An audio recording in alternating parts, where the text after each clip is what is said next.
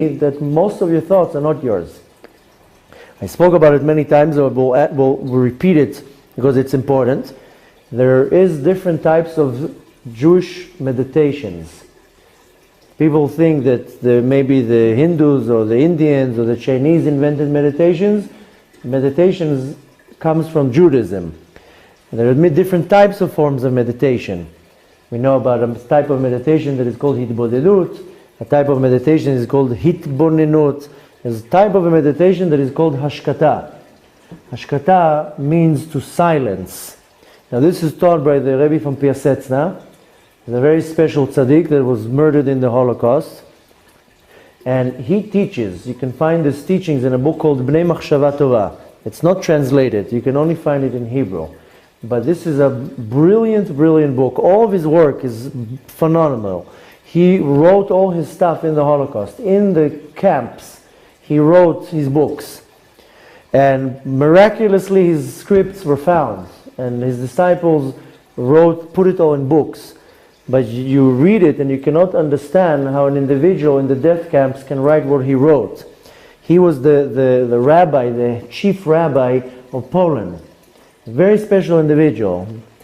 So in this book, he's talking about a certain type of meditation that is called hashkata, to silence. And what is he saying? He's saying that 99% of our thoughts are not our thoughts. They're coming from a foreign place. That's why our sages call it machshava zara.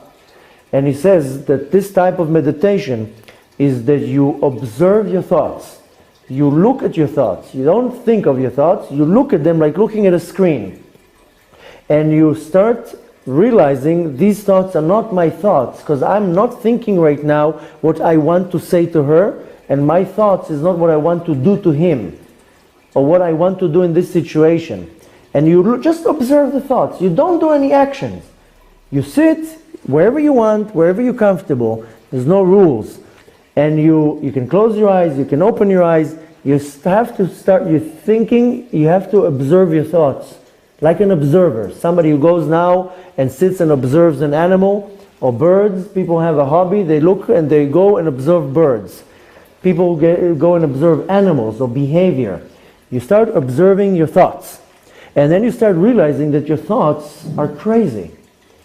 And he says that we are all crazy. The only difference between me and a lunatic is that the crazy person does what he thinks. And I don't do it. I somehow stop myself from doing what I really think.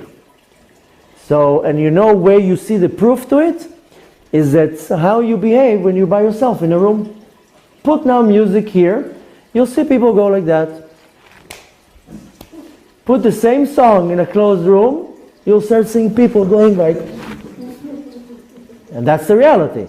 You'll start doing moves that you will never dare to do in front of people. That's the proof that what's going on here, you don't want it exposed. So, no, it's not dangerous, it's lehefech. It's attracted? To those souls and pursue them? No. First of all, again, I'm telling you now the idea of the meditation. I'm not teaching you the whole system. If you want to, I strongly suggest get the book and read it. Bnei Machshava Tova.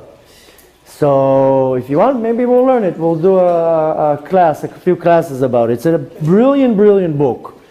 The point is that I'm not telling you now the system of the meditation. It's also now it becomes a little bit more popular in our generation. The meditation is called hitbodedut. Hitbodedut is not something that you just go to the field and start screaming. That's not hitbodedut. You need to learn how to do it. It's not just sitting like this on a rock and looking at something. It's a form of meditation that you need to know how to do it. Same thing with here. Any type of meditation you need to know how to do.